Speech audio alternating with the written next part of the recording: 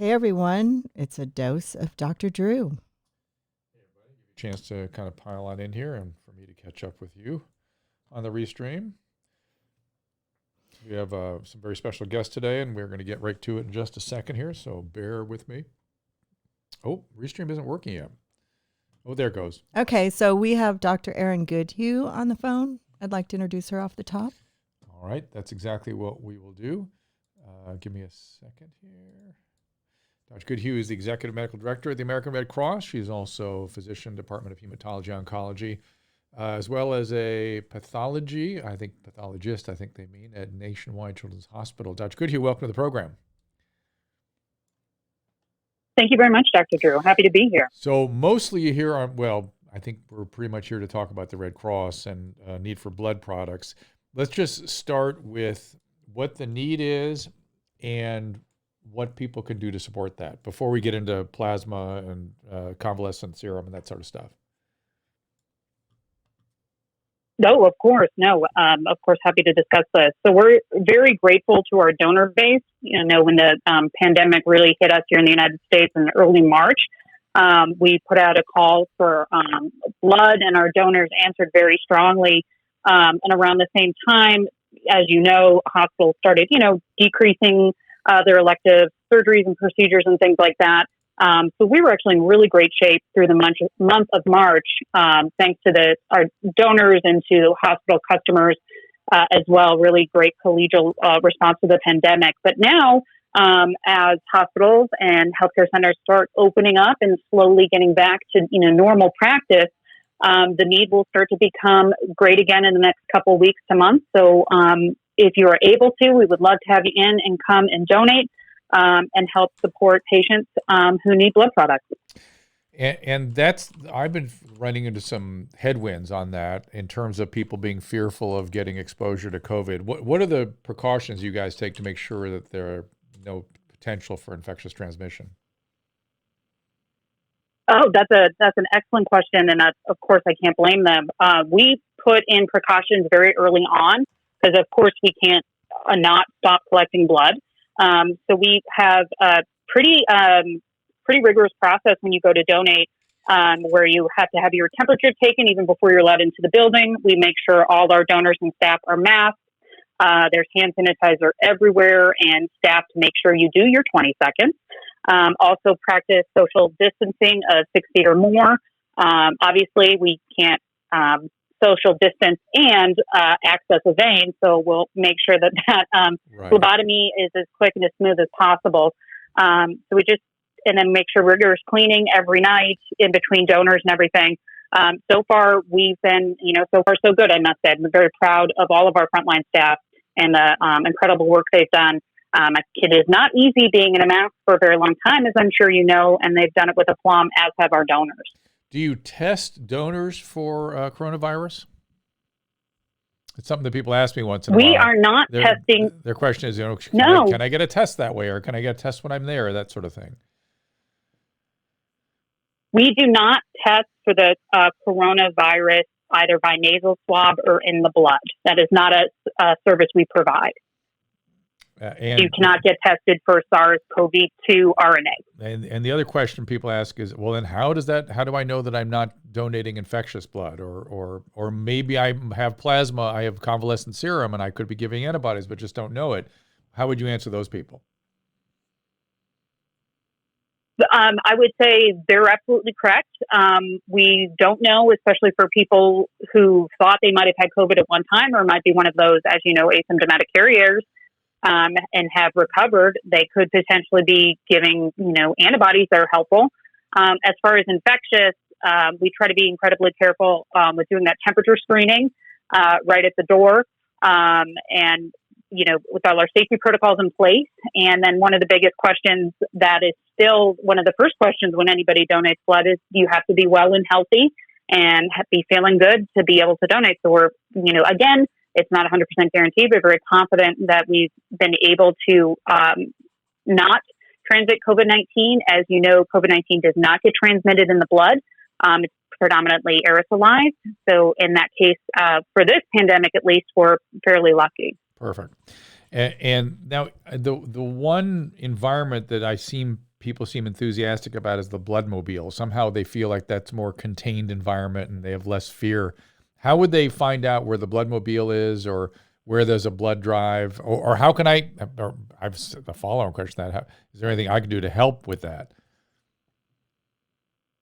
Well, we would love it if people would like to check and see where a bloodmobile is local to them, or a blood drive. Just check on our website, redcrossblood.org. And they can link and put in their zip code and figure out what's happening near them, and something that could work with their schedule. Let me make sure I got that. Requestblood.org, is that correct? Redcrossblood.org. Oh, Red Cross Blood. Okay, and then how frequently can people how frequently, I wrote requestblood.org by accident. Oh, how funny. Good thing I asked.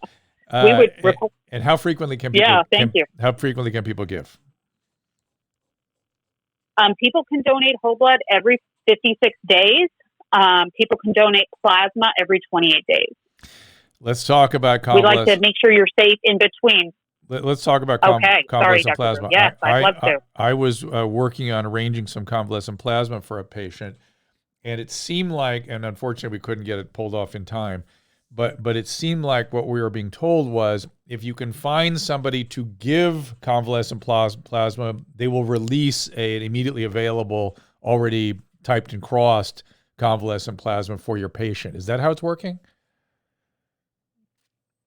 That was how it was working several weeks ago, when we didn't have a very strong inventory, when we really had just started collecting. That was definitely how it is.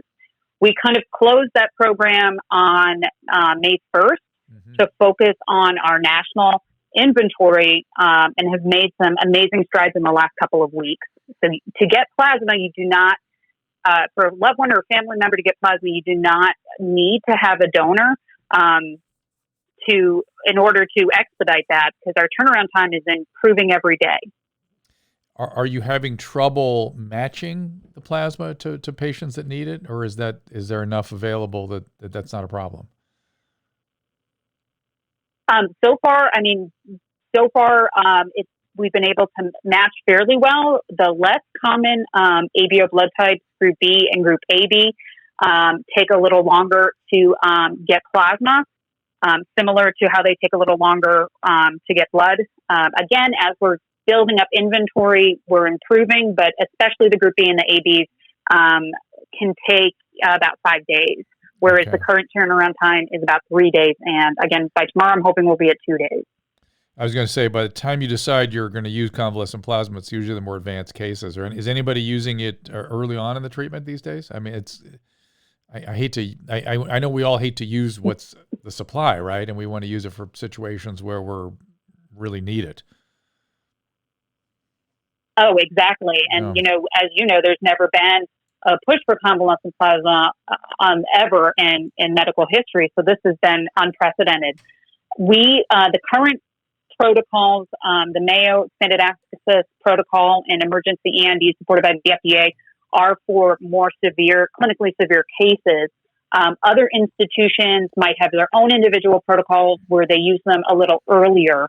And we're supporting any protocol currently at this time. We're just excited to help get plasma where it needs to be based on clinicians' judgment. So currently it's all over the map. It'll be really exciting the next month to year or so to see where its best utility is. Erin, are you getting any data or hearing? And we're all, I think, hearing anecdotes, but any real data coming in?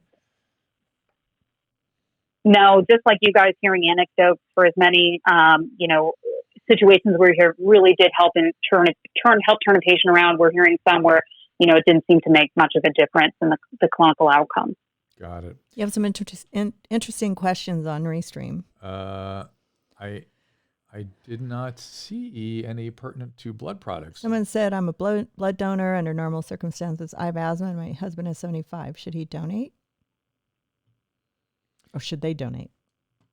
I don't understand the question. So let me try to parse it out. Under normal 75 and older, are we okay for donating? We definitely want people to feel comfortable coming in to donate. We do have, I mentioned the safety measures in process, everybody's mask, lots of hand sanitizer we're taking. temperatures at the door. So we just ask people to use their best judgment based on their, current medical comorbidities. We appreciate anybody who wants to donate, but certainly do understand if you feel it's in your best interest just to hold off for now. Okay. Until things cool down a little bit. And asthma, is that any kind of, let's say, asthma well controlled? Asthma well controlled generally is not a contraindication to donating blood. I realize that a lot of people don't know what convalescent plasma is. I don't either. That. I was just going to ask. Oh, goodness. Okay. Oh, yeah. Well, I'll let you, Dr. Goodhue, I'll let you answer it. I'm not a convalescent yet. It's somebody, no. It's somebody who had COVID.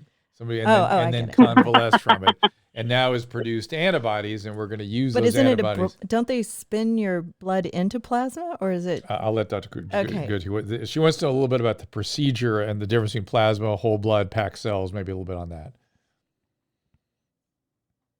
Sure.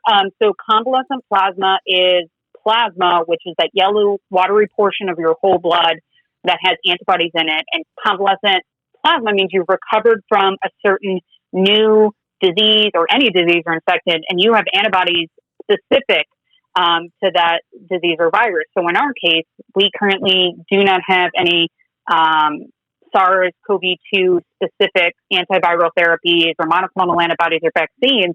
So currently, our most viral specific treatment is plasma from people who have recovered from the disease because they do have those antibodies circulating in their blood. We do at the American Red Cross what's called an apheresis donation, which is different than whole blood donation. It takes about 15 minutes longer. Instead of just accessing and having you, basically bleed into one of our blood bags, we put you on a machine, an apheresis machine, that slowly, a little at a time, takes your whole blood, spins it quickly, but not quick enough to break. It separates into layers. The red cells go to the bottom because they're heavy with that iron. And then the white cells go in the middle, and then the plasma goes at the top. The machine is set to pull a certain volume of plasma off based on your size and your weight. And it goes into a bag, and then it returns everything else to you. So we take basically some plasma from you, and then we give you everything else back. Again, it takes a little longer than whole blood. The access is very similar, but you're on the machine a little bit longer. If you would like to come and be a donor with us, you can definitely sign up on our website. We ask that you make sure you eat and are really well hydrated when you come in. And you might feel a little more tired after the procedure for a couple hours, especially if it's your first time donating. Did that help answer the question? I think that got it. So it's a machine. Does it hurt? Because somebody asked if it hurts. It's not just like a blood draw. There's different ways to do it. I know. I'm just looking at the question. I'll make sure we get. So you can either give whole blood or you can go on a plasmapheresis machine. Is that correct? For convalescent plasma, we're just going on the plasmapheresis machine. Okay, it takes 15 minutes longer than the traditional whole blood donation. Okay, got it. So you don't. It's not like you get whole blood, and I mean, would you be taking whole blood because you can get packed cells and plasma out of that? No, we're just taking the plasma because then we can take like a larger volume of just plasma than we would if we just did whole blood. Yeah. Fascinating. Got it. Give you the plasma specifics. Yeah, it's really cool. And then in terms of again giving, I think I just been feeling like we got to get better, more blood drives, more find the blood mobile, more word out, because I people have been so immobilized. I can just see where you're going to end up at the Red Cross with a real deficit if we don't really stay on people. Well, the colleges are all closed. Just everyone's paralyzed, and I exactly. And I could see this becoming a real problem if we don't pay attention to it. Well, we're watching our inventory daily and demands from our hospital customers, touching all of us medical directors and our regional account managers, and touching base with our hospital customers just to keep a finger on the pulse of what their opening expectations are like. Okay, when are elective surgeries coming back? When are you going to open up, do more bone marrow transplants? Things like that, especially, our treatments and patients who could use a lot more blood products, and then planning our blood drives appropriately. So I really appreciate the opportunity to be able to, say this on this podcast, that if you could look at redcrossblood.org, see what's in your area, we would love to have you in. Yeah, I think it is. People, listen, all right, let me put it this way. Everybody's out there worrying about food. We got to give food to people.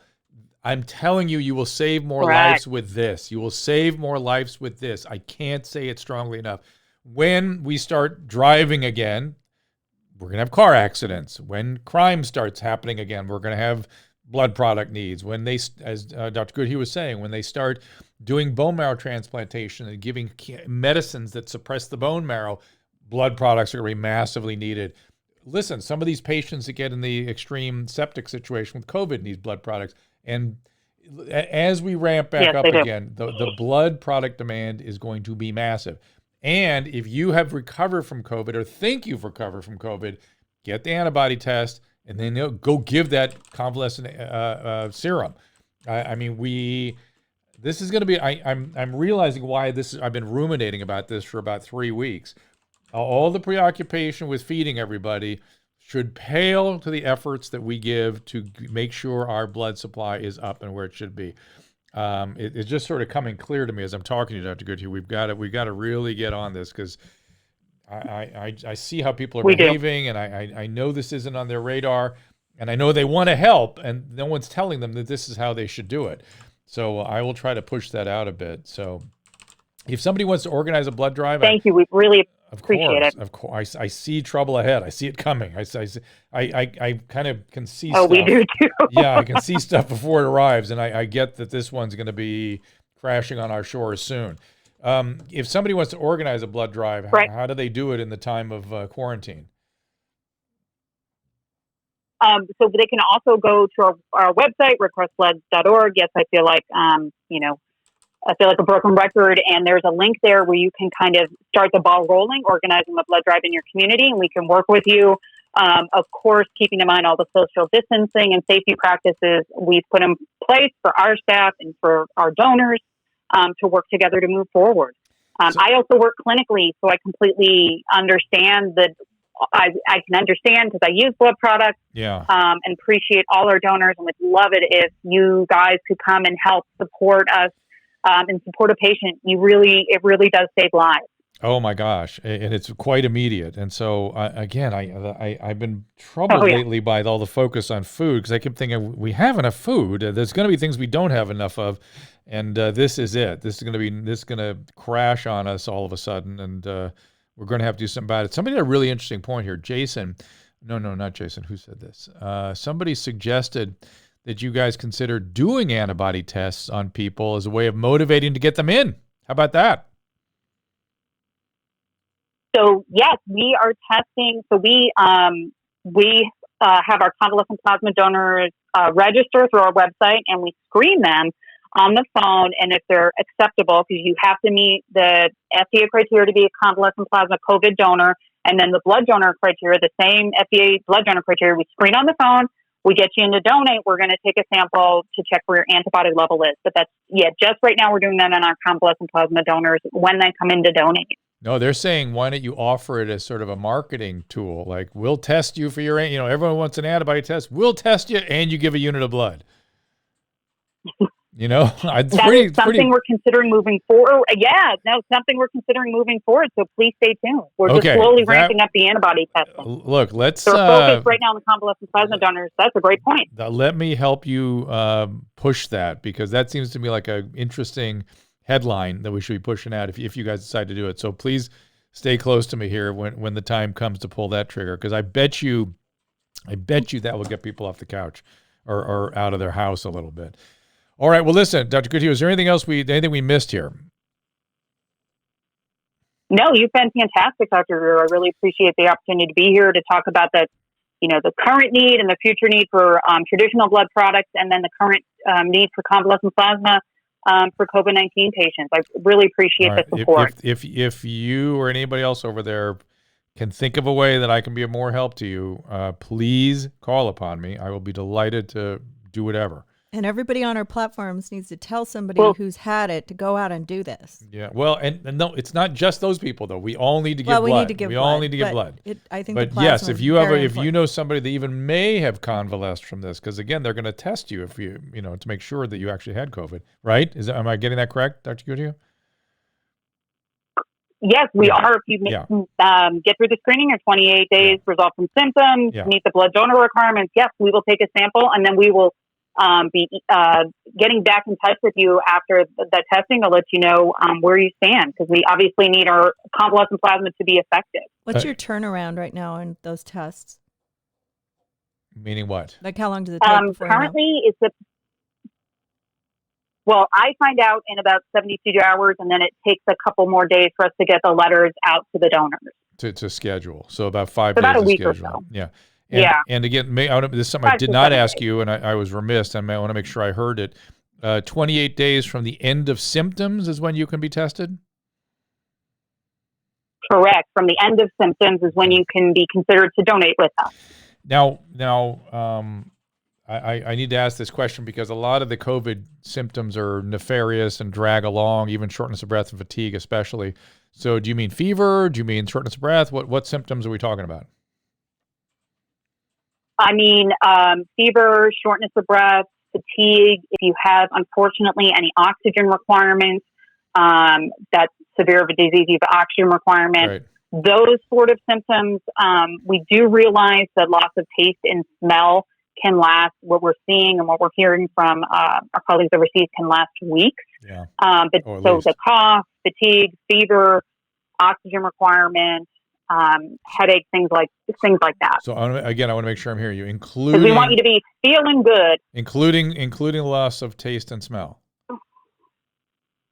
Not including loss of taste and smell. If you're at 28, 30 days and that's your only other symptom, that's fine, because we want you to be feeling as good going into the procedure as you do afterward. And, if you're febrile and if you're fatigued and if you're still having continued shortness of breath and have an oxygen requirement, then donating would actually not be safe for you. And again, I want to emphasize again, it's not just those of you who are convalescing have had this thing that we need. We need everybody to give blood. I see a blood shortage on the horizon. I see it, and it's not too many weeks away. So we want to either prepare for it or prevent it. So everybody, let's stay on that. I will say thank you to Dr. Erin Goodhue, again, Executive Medical Director at American Red Cross. And do you want people to follow you anywhere? I am not that savvy yet. I'll have my teenage daughter help hook me up, but thank you for asking. All right. And I'm really going to be angry. It's embarrassing. I'm going to be really angry if the Red Cross doesn't ask for help in whatever it is they need to get the message out, including I think I gave blood about 4 months ago, so I'm good to go, including put a needle in my arm. So thank you. Okay. Well, very good. And a needle in my arm. Thank you. I'll be in touch. Okay. Thanks, take guys. care. Dr. Goodhue, thank you so much. And when I say put a needle in care. you got it. Thank you. And when I say put a needle in my arm, I am not wanting my Thanks for calling. patients to take that the wrong way. I'll do you myself. Thank you. Take care, guys. Okay. We are going to have a couple things I'm going to run into right now. One is we're going to have the great Andy Dick in here soon, are we not? Yes. Oh, shoot. I'm having wait, hold on. All right. Is he here? No, not yet, but I'm gonna stick his banner up for a second while I fix this other one. Now, and you, Miss Producer Pinsky, wanted me to do a game, correct? Yeah. Okay. So wait, hold on 1 second. Let me do this really quick. Why don't I do the game before Andy gets here? How about that? Kind of off my game today. I take a couple days. At issue is a couple of T-shirts you can win. This is one of them, which apparently is not available anymore. Sold out. And this is an After Dark T-shirt that somebody also will win. I think the first questions I ask will be for this one. And Susan, you're going to have to watch the. You're going to have maybe they can pick what they want. Like no. Let's not get into that. Let's keep it simple. I have a lot of all of them. Keep it simple. Oh, you have a lot of each. I do. Oh, so they can pick which one they want. Okay, I thought we just had 2 T-shirts. Okay, so you can pick the T-shirt you want. We're off center right now. But Susan, I'm going to need you to watch the restream to tell me who won. Okay. I don't know the answer. You're going to have to text me the answer really quick. Because I don't know what it is. All right. Well, let me do that. I mean, you can. We should have thought of that ahead of time. Text me the answer to it. Okay. So it's going to be which one are you going to do? Guess that diagnosis or guess that medicine? I'm going to do guess a medicine first. I got to find you. Okay, so we're going to guess that medicine. And you also get a container of Hydrolyte. Ooh, that's good. Any of the All right. flavors you like. This is and it's all going to be pertinent to things you're hearing about in the press these days. So this is a medicine. It's an adenosine nucleotide triphosphate analog. It's been in the press a bit. It's an active. It's active metabolite of this medication. It interferes with the viral RNA-dependent RNA polymerase, and thereby has very significant antiviral activity. It's been in the press lately. It was originally, I think, designed for, let me see if I remember this. Yes, for Ebola. But what is that medication? Somebody We getting? got somebody. Do you want to keep going and see if anybody else guesses it? No, that's the Clara you're looking at? Uh-huh. Clara is the winner. Claire. Armstrong is our winner. Now, how do you get to Clara, Susan? That's going to be your problem. I would like Claire to... Clara. I would like Clara to send me an email. Go to drdrew.com/contact and send me your Everybody's going to say they're Clara Armstrong now. So, but good luck with that. Some of you did get it. Though. It's not hydroxychloroquine. Hydroxychloroquine is kind of a different kind of medication. It's been used for rheumatoid arthritis and lupus for many, many years. It is immune modulatory. It was initially an anti-malarial medication. Its mechanism of action. A lot of people have come in with remdesivir after her. Yes, she was on. I think she's on YouTube. Make sure you say you're Clara on YouTube. Oh, I have your name, so your name will be in the email. But also, which flavor of Hydrolyte would you like? We have. Show them they're right there in front of you. Jim. You can have raspberry, orange, or lemon. Fantastic. Again, hydroxychloroquine is an interesting medication. It's it says it's a lysosomal pH antigen presenting cells. It increases. Oh, it's Ciara. It's not Clara. Oh, Ciara. See how we screwed that up?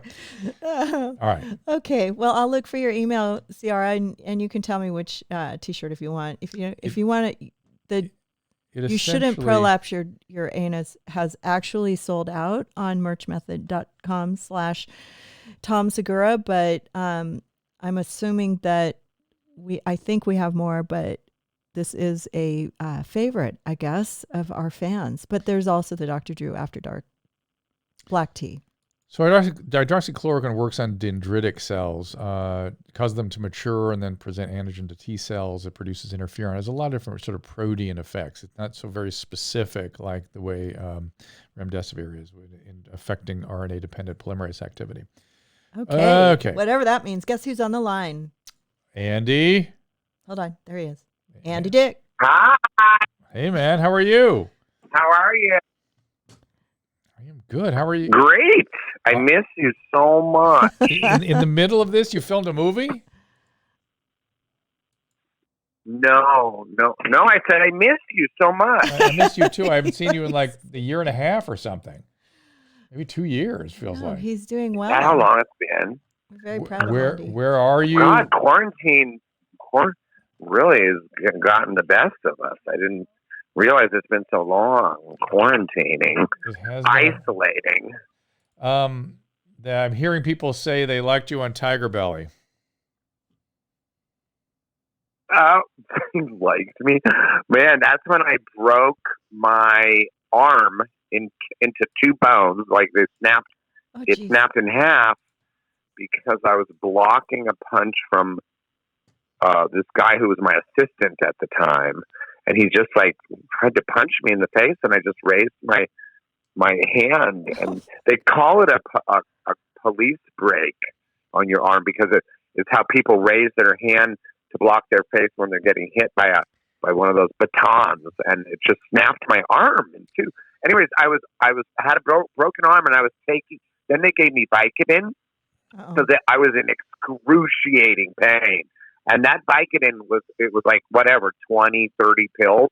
Oh, they were gone in a couple days. I'm shocked. Shocking. But I'm thinking so back.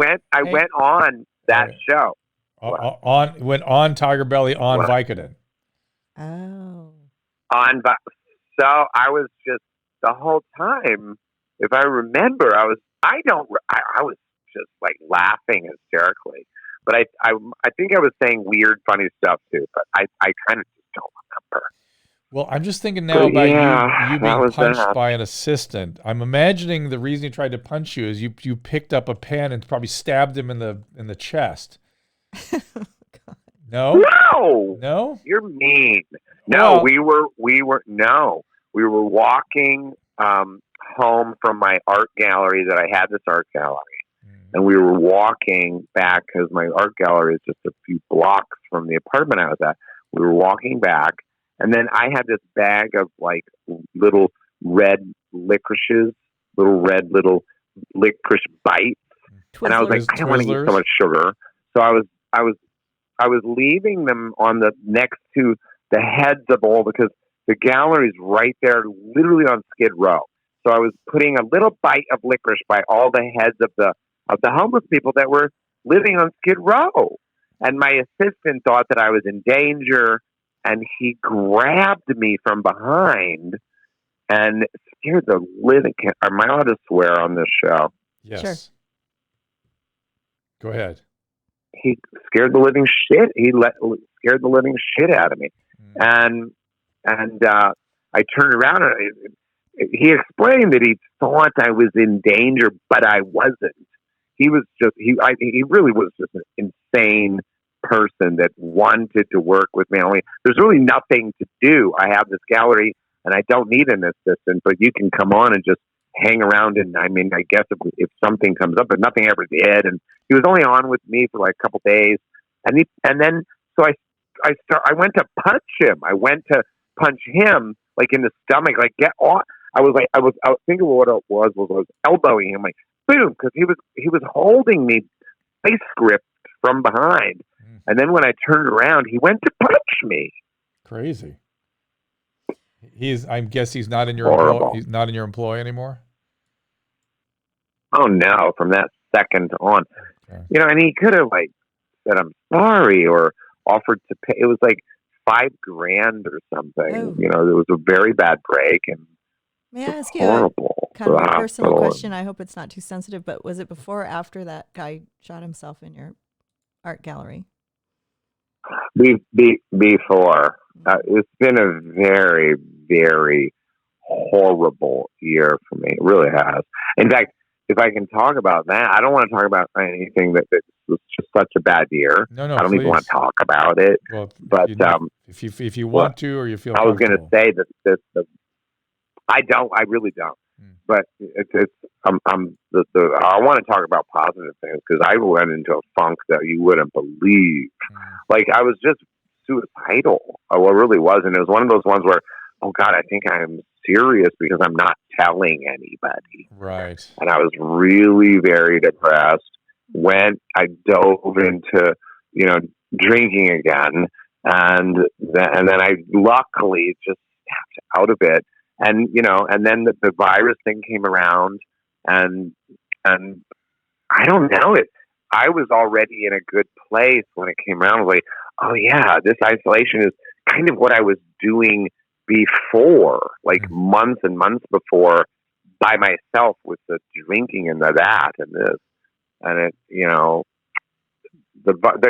that's what I'm not really complaining. Now I kind of want the isolation, the quarantine to be over. I'm over it now, but at the time it was kind of nice for me. It was nice for me. I'm glad you're feeling better.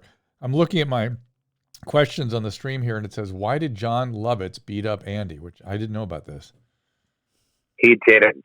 That's just why. There's so many things that are just misconstrued, and I had people with me too. In fact, I had my old assistant who was great, who now has like a master's degree in script writing. His name is Dan Tino. He's also in my band, Andy Dick and the Bitches of the Century. And he was there that night when that happened. And he pushed me. We were going there to ask him. I think he was the one that was there. Oh, no, he was there the other time I ran into John Lovitz. Every time I run into him, it's just not good. But like I think the very, very last time I ran into John Lovitz, I said, "Can we just are you okay? Because I'm okay. Let's just be friendly. Is that good? Both we you went guys are... to the Laugh Factory to ask him. I went to the Laugh Factory he was performing, to ask him if he would be in this movie we were doing, and he went, "No, I'll never be in this movie," and pushed me, and I kind of like fell up against the wall. But he didn't ever hit me, or he didn't slam my head into it. There's so many different stories. None of that happened. And I was laughing, literally thinking he was kidding. He's a nice guy. I mean, I can't imagine him doing something vicious. Somebody's saying they remember Bitches of the Century on Loveline. Check again. All right. They remember Bitches of the Century on Loveline. Check again. I think that was when you stabbed your guitar player with a pencil. Oh, God. Okay. I know you always say that, but it was extraordinary. Tim is still my guitar player. I talked to him. He's still great. That's good. The band's still together. I always thought you guys were great. In fact, Susan, we had he was on my old web TV show. Do we have a video of that up on the website? Andy, yeah. Playing with with the bitches? I remember we posted it. It's on one of the early YouTube channel posts. If you go on youtube.com/Dr. Drew, we posted his interview. I don't know if they had, I didn't see the part where I'm going to start posting stuff, because that's another thing this isolation, this pandemic it's been good for me, is that I've been going through 30 years, Dr. Drew, 30 years of stuff, my career. And there's just bins and bins and bins of magazines, tapes, all kinds of tapes, all the way back to, I literally actually all the way back to Super 8 film. Wow. Because I had a Super 8 film camera that when I was 8, I bought one. So I'm talking about like back to the days of celluloid film, like from the 50s, but it went all the way up into the 70s, and I had one in like 1975. And so all this stuff is being put onto a hard drive, and it's costing me a lot of money. If anybody wants to help out, how do you get money? By the way, how do you get it? How do you get it? By the way, yes, especially during the pandemic. I know, it's really what hard. Are people gonna do? I know. I'm worried about that. I really am worried. Are people gonna? I know. Well, hey, are they gonna lose their houses? Because the one thing that I did, I don't see how it doesn't happen. Into a smaller. Yeah, what? I don't see how it doesn't happen. I mean, people are going to What? What do you mean? What? I don't see how people aren't going to lose a lot of things. Know. I know. And it doesn't seem important. It's weird. It seems frightening. And the thing that the only way I make money is that Cameo, and I love it. I love it because I just live in a room in my friend's house, and he doesn't charge me a lot. And that's why, by the way, I had to put all my stuff onto a hard drive, because I had bins. I probably had 30 to 50 big bins, storage bins, because they were all, like I said, videotapes. It's like, I can't be lugging this crap around. I was living in a room. It was like living in a public storage. It was stacked up all around me, and I could kind of make it to my bed, lay down. I'm like, I can't do this anymore. I'm going crazy.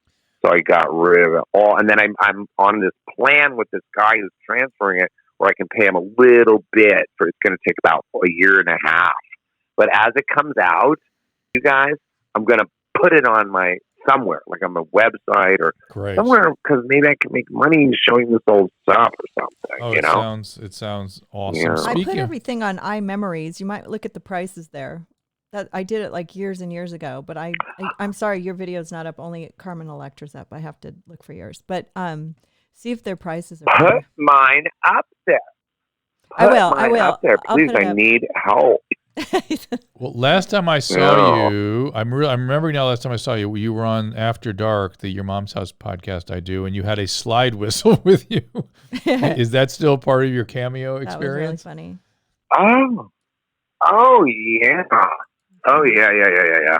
It's every time. If I don't do it, I think one person asked for a refund. They're like, he didn't do the slide whistle, and it was my birthday and everything. I'm like, because I have to do it, and they love it. And then I do this thing. I do other things too. Like I don't know. I kind of have these little things I do that. It's always close by. It's always close by. But I have this like thing I say at the end, kind of like, who did that little song? A lot of people did, like Carol Burnett, Jack Benny would do a little song at the very, very end. I do this like little phrase. I'm so glad we had this time together, right? That whole thing. Yeah. I don't do that. I just say, and I mean it too. Like, good luck to you guys, and God bless you guys, and let's just get through this pandemic. I just wait a little pause. Godspeed. Godspeed is like my final. I love it. And I'm just thinking about how, people have the soundtrack of their life, and yours is a slide whistle, Andy. I think it is. I love it.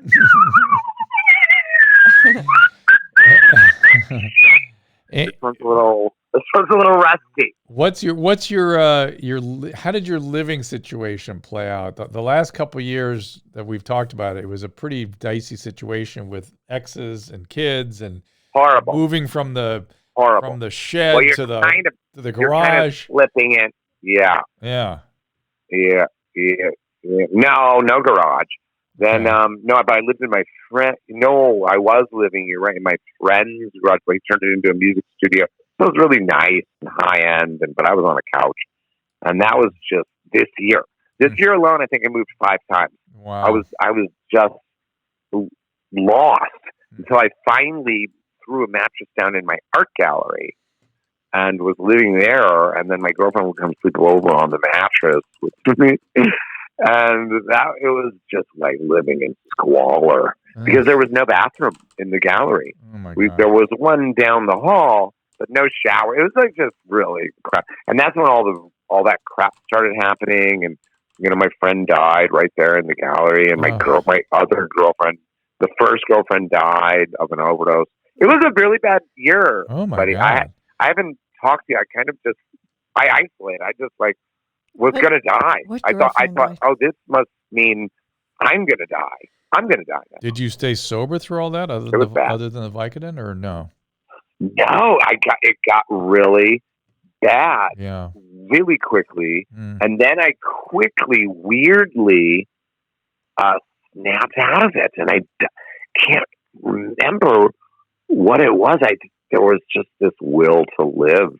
There was a will, like I got to stop this or I really will die. And there was a will to live there somewhere. So I saw a pretty funny picture of you yesterday. I wish I could. With Simona Maggiante. Where? It looked like you looked like you were the Tiger King. Oh yeah, me and my roommates and I have like 3 roommates. I have a guy, he's in my band too, Paris Dillon, and I have a comedy little duo thing that we go on tour with. And I think you've seen him and met him, and you've seen him on stage with me. His girlfriend, they live in one of the rooms, and then they have this other friend, Danny, and all of us have been living together. And so we're all like,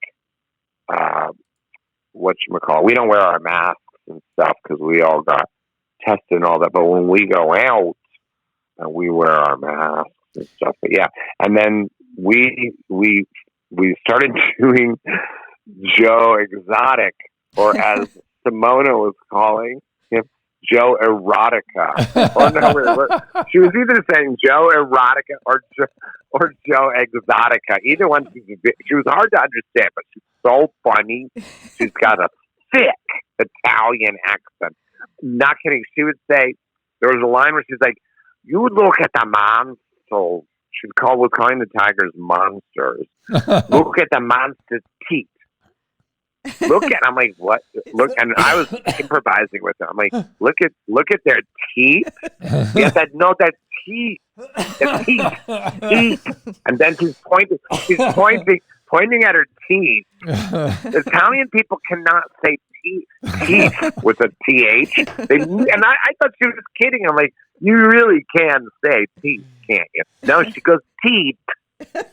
It's a lot of people are pulling you to be the real Joe Exotica for the fictionalized movies. Are yours gonna? When's yours coming out? How are we gonna find it? How are we gonna find it? We don't know. There's nothing. We shot some stuff for fun and with social distancing. There was no one on the set, and everyone had to have been tested, or the crew wore masks. And it was, but it's excuse my language, but it really is fucking funny. Oh, okay. The picture's funny. So crazy. And I was so. I want to post it. Can I show the picture? It's kind of funny. Oh yeah. But there's let me. Can I send you a better one? Oh, this is fine. I think it's pretty funny. Or post the one with Simona, because.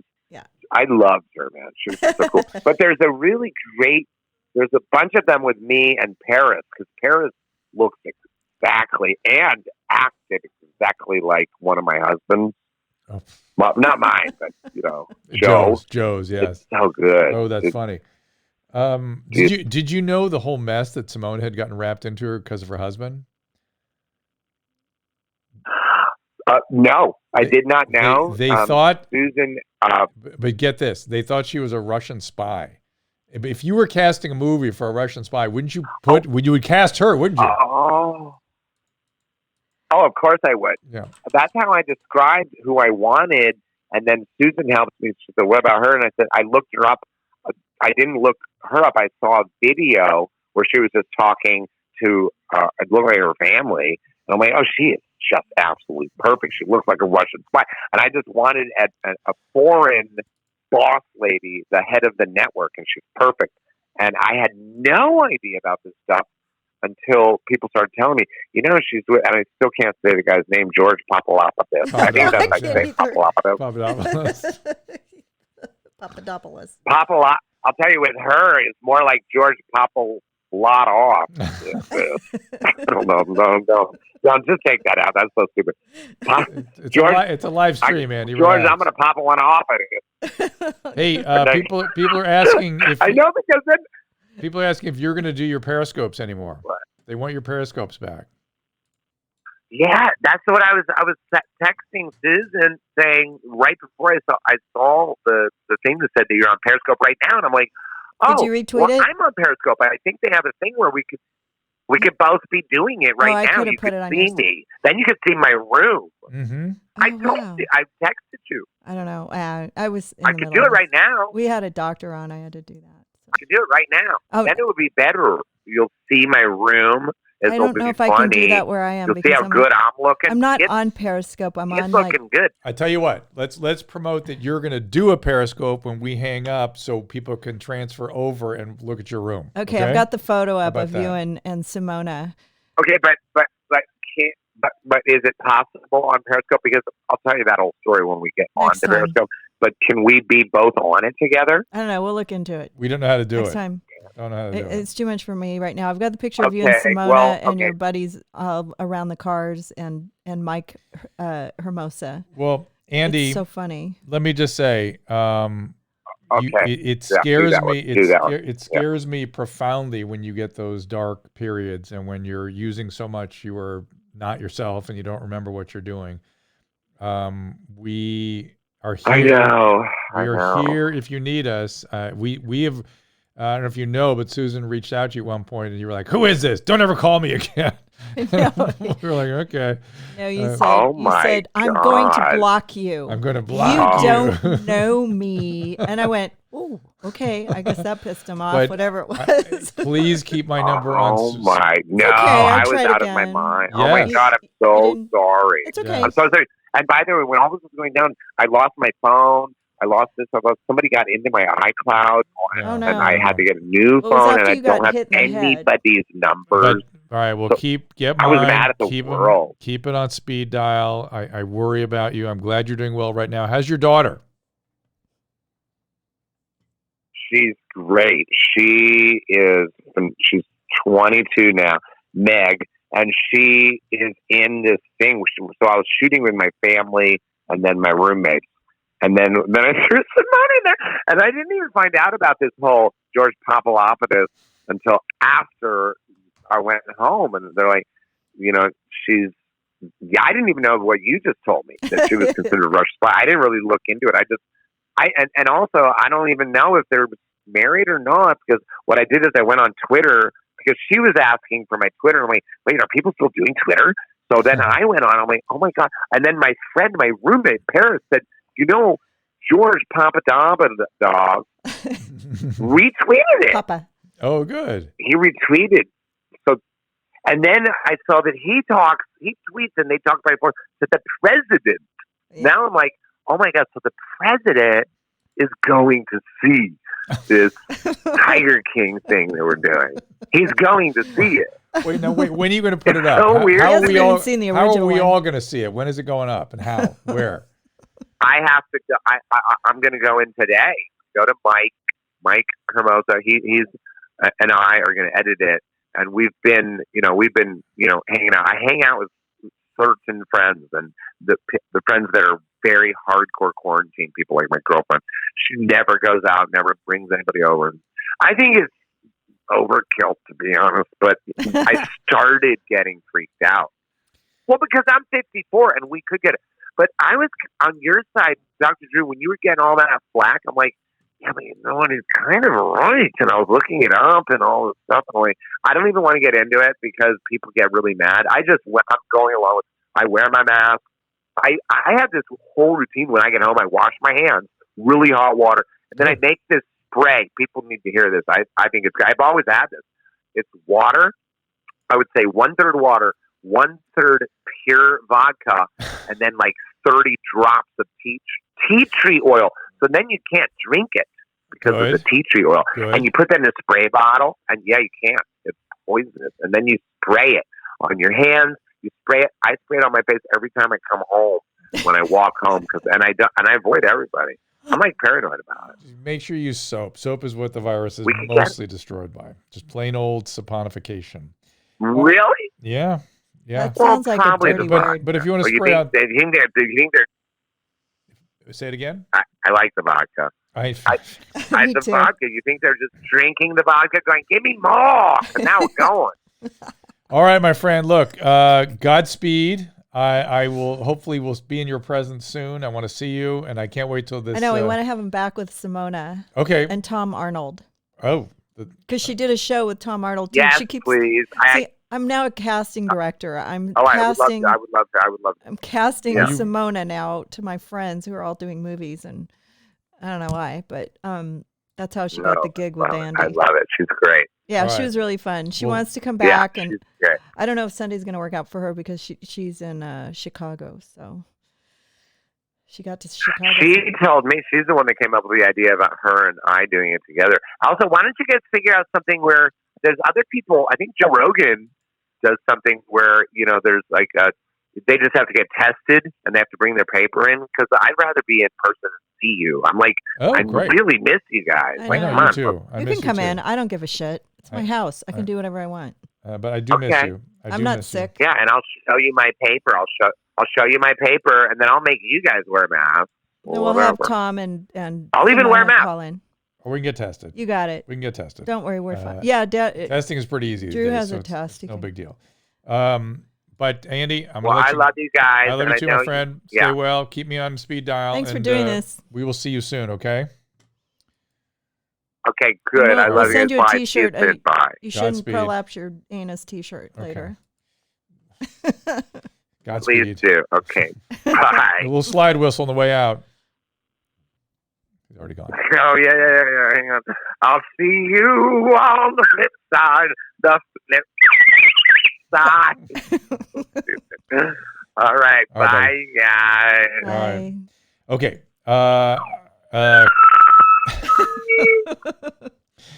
A couple things. I'm going to give you an update on the COVID stuff. We have another contest that Miss Producer wants me to run. Again, you're going to have either one of these or one of these. Wait, hold it more to, I have a sign up. There you go. Or one of these. The question I will ask is another sort of... This is a diagnosis or a syndrome. What's that syndrome? I've texted you. And it has also been in the news lately. It's something that we physicians have been dealing with for quite some time.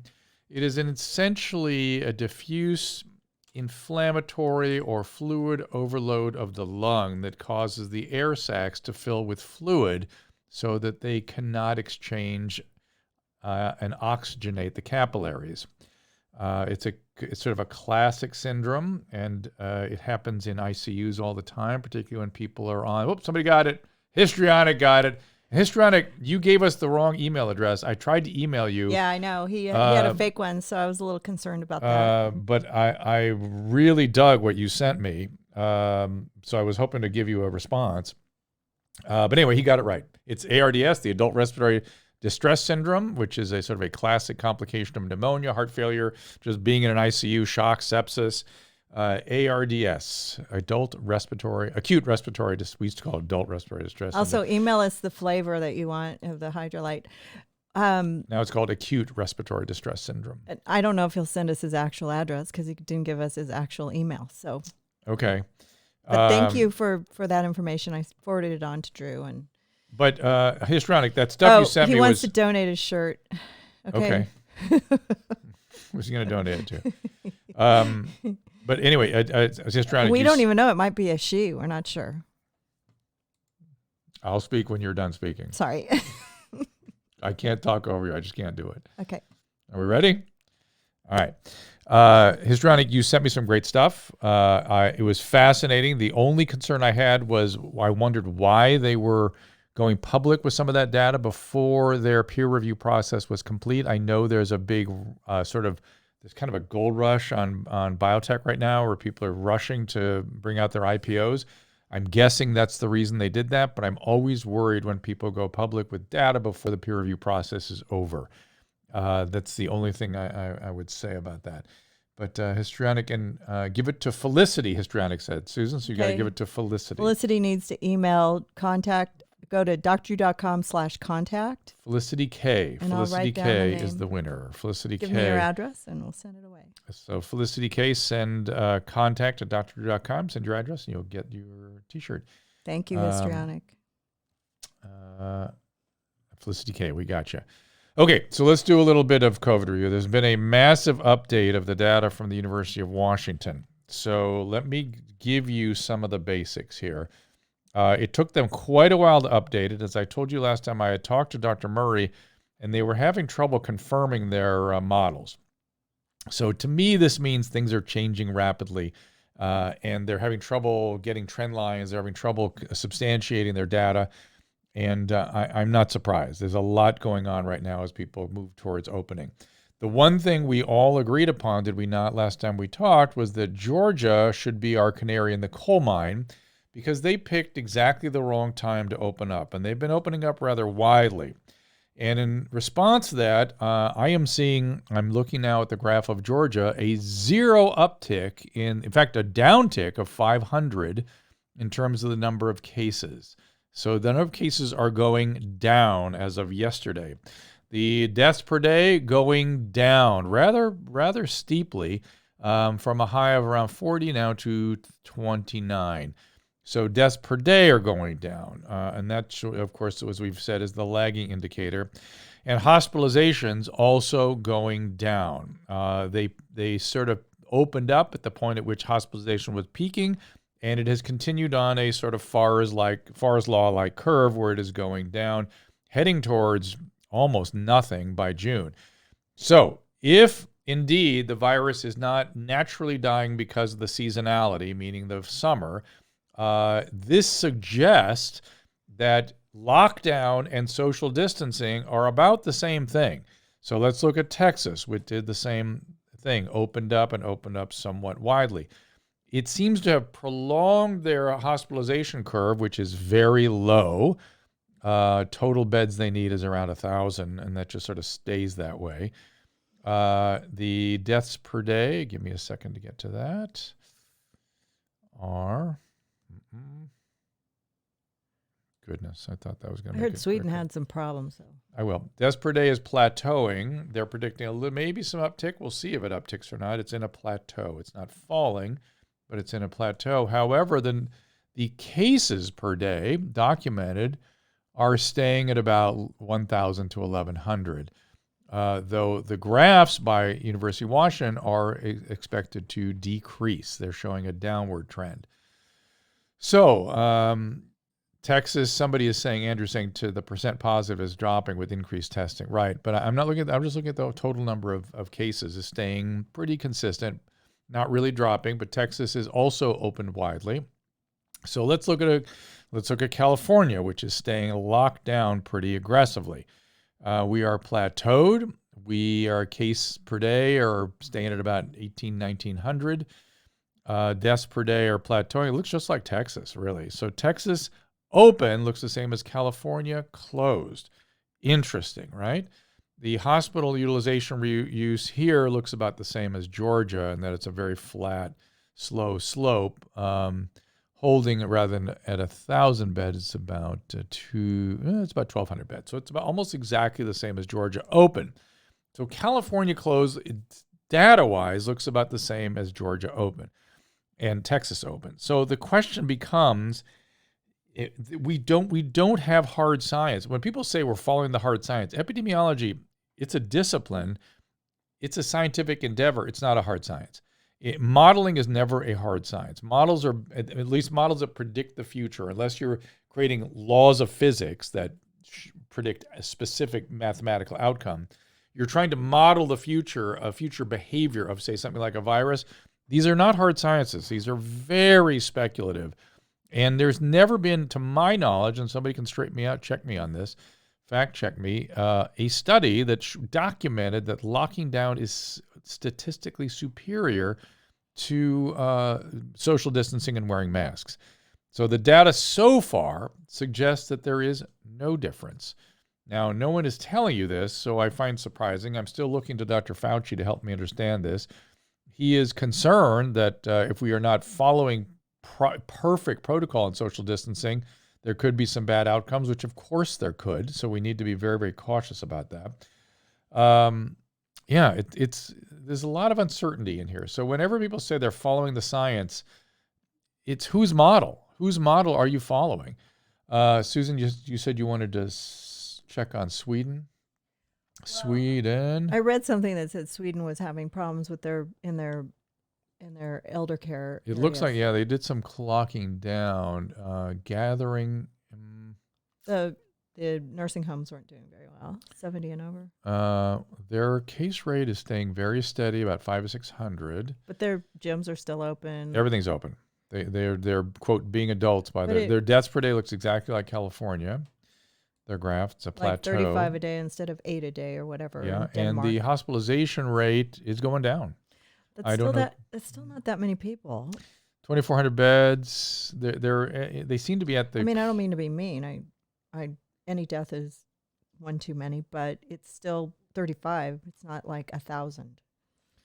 They seem to be at about their peak, or about they're skating by on the ICU beds. It looks like that may be where the problem is. They are sort of challenging their system. It looks like to me. Somebody is saying, Skullcracker is saying, homeless are outside. You need more exposure to get it. That's what the homeless situation does kind of suggest, because they don't seem to get it. Do I think it's ridiculous for Newsom to say the coronavirus started in a California nail salon? I don't know where it started in California, so I'm not prepared to pass judgment. Where did that come from? I don't know, but I'm not prepared to pass judgment on that. Especially given we really don't know how long it's even been here. Somebody tell LA officials, because they seem to think we need to lock down through July. Yeah. Surfing has not stopped in many regions, and yet other beaches are kind of locked down, which makes no rational sense whatsoever. Yes, Senor Nasuno, that the outdoors is a big, things are much better outside, especially if you social distance. Mm-hmm. Great. Allie, thank you for that. I'm glad that stuff worked. I'm glad that worked for you. It does work. That's why I like it. And it especially works for your calf cramps and leg cramps at night, because you don't have to use a medication then, which used to drive me crazy. People would demand these very powerful medications because they were so desperate with the leg cramps. So that's why I like that stuff. Okay. I'm looking at the overall United States data, which seems to be trending down. Everything's trending down. The question is, will it continue to trend down once we start to open things up? And no one knows for sure. No one knows for sure. I just feel sorry for all the kids that can't go back to school and the parents and just so much. No one knows for sure, but it's looking like it's going to be okay, judging by Georgia and Texas. Like Fauci always says, it's the virus is in charge, so the virus will tell us. Hasn't it only been like a week though? I think takes a couple of weeks for the. I think Georgia has been open for 2 weeks. It's hot in Georgia. Right. Humid. I think let's ask that. Georgia been. It was snowing in New York last Sunday or something. April 24th. April 24th, it looks like, judging by what I'm saying. I don't know if that's accurate or not. And where are we here? So it's about 2 weeks. Oh, really? It's already been 2 weeks? That sounds about right, yeah. Jeez. Well, that's good news. Yeah. 15, 16 days, somebody says. Seems like only yesterday. Oh, it's 40s in the morning in Georgia. Oh, it is? So, yeah. How is Dr. Fauci doing in isolation? He seems to be fine. He, this morning during the testimony at the Senate committee, he said he goes to the White House regularly and has to go to the CDC regularly. So because he's considered an essential service. He has a life. He's an essential service, so he has to go in for certain things. Otherwise, he is in quarantine. I would love to get to go somewhere.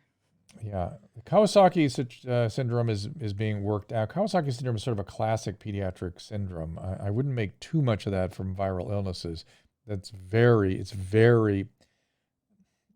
classic. I wouldn't say it's very common, but it happens. If you have a big viral outbreak, you're going to see a certain amount of Kawasaki's.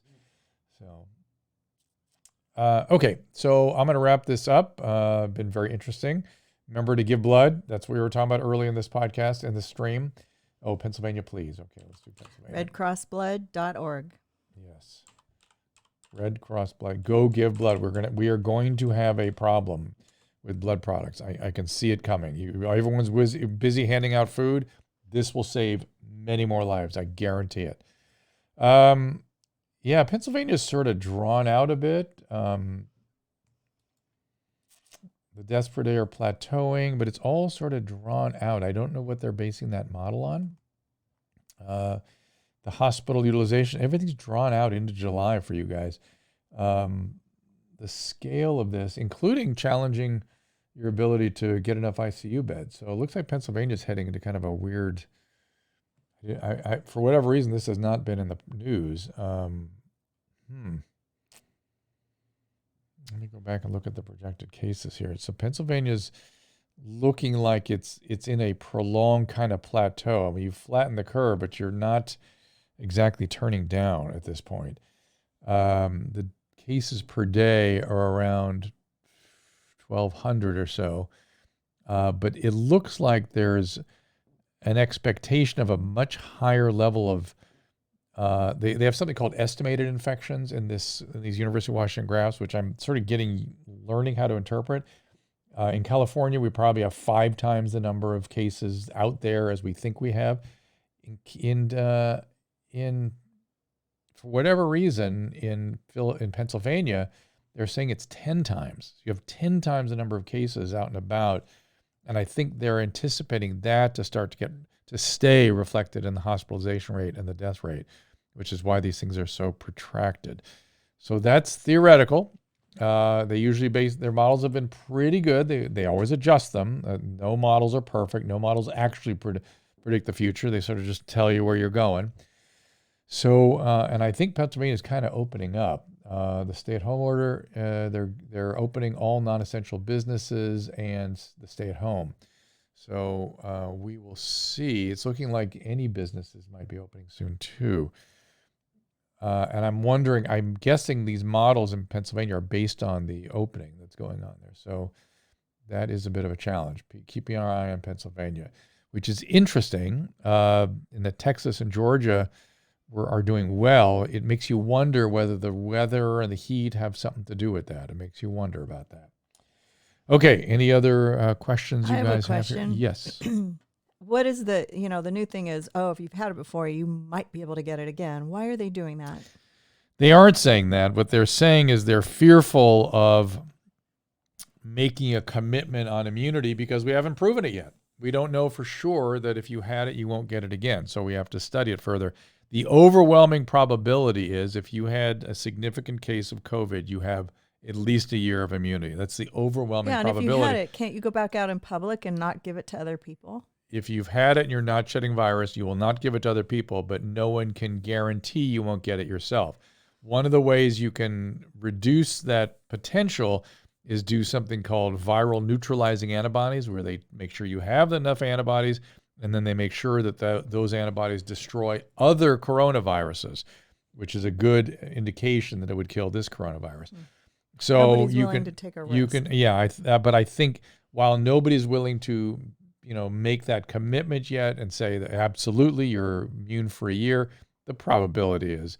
Meanwhile, that's the we're way losing it our works. Businesses and we can't get back to work because we're too afraid we're going to catch it twice or give it to somebody twice. No, not about giving it. It's not. No one's thinking about giving it. It's about getting it again. Makes sense to me. And people are, again, the people I've spoken to that have had it assume they are immune. I've not seen people concern themselves that they don't have immunity. So the people that have had it tend to be moving about somewhat freely. We'll see. And then there'll be a more definitive statement. There's so much ridiculousness and liability and craziness around taking any position. I think a lot of the researchers are just afraid to say anything yet, even though there's just in the possibility that somebody gets it twice. And there's questions about that from China, so we'll have to see. That's where they're getting sort of squirrely about it. Okay, I have to run. Thank you again. This has been really interesting. I'm looking at your stuff here. If you have any last minute questions, but Tennessee's doing really good. I looked at it earlier. Very similar to Georgia. How are deaths in March, April different from 2019? I don't have that data straight at my hands. We do know that, right, the number of routine deaths have been dropping because people aren't driving cars and that kind of thing. But also routine medical problems are starting to accumulate that people aren't getting proper care for. So hopefully that trend will reverse. Yes, Andrew. Al-Kashivali, deaths are down generally down. Okay, thank you very much. Thank you to the congratulations of the winners. And are we going to be in here tomorrow, I trust? Ciara and Felicity have already emailed me, and I'm sending their T-shirts. So Great. Thank you. Probably a little later in the day tomorrow. Like 4 o'clock tomorrow. All right, we'll see you then. Okay. Bye-bye. Are you one of the millions with a health condition that requires you to use needles? If so, please listen. Disposing of your needles properly is a big responsibility. Accidental needle sticks in the home can injure family members, children, and even your pets. I am Dr. Drew Pinsky, and I have an easy solution for the safe disposal of needles and the end to accidental needle stick injuries. You may have heard about Sand Mini. The Sand Mini is the affordable, foolproof way to dispose of needles. It's FDA approved, and with Sand Mini, it is easy. Just insert the needle, press the button, and in seconds, the needle is incinerated. Now you have a needle that is completely safe to discard. No sharp points, no bacteria, germs, or pathogens. Make sure your home and business is sand safe. Every needle, every time. Go online right now and use our special promo code DREW2020 for our best offer ever on the Sand Mini. That's nomoresharps.com. And remember, use my promo code DREW2020 for our special offer.